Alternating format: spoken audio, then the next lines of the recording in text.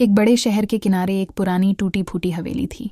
उस हवेली में एक लड़का रहता था, आरुष। आरुष बहुत अजीब था क्योंकि उसका साया गायब था। बचपन की एक तूफानी रात में उसका साया उससे अलग हो गया था।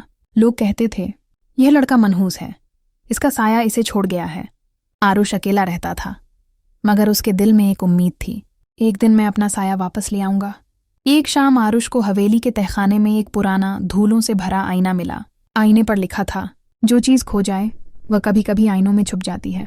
जैसे ही आरुष ने आईने में देखा, उसके पीछे एक अंधेरी शक्ल खड़ी थी, उसका साया।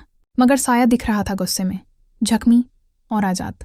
साया बोला, तुमने मुझे बचपन में डर के मारे छोड़ दिया था, अब मैं वापस नहीं आऊंगा। आरुष रोते हुए बोला, मैं बच्चा था, मुझे समझ नहीं थी, वापस आ जाओ, हम एक दूसरे के बिना अधूरे हैं। साया चुप रहा।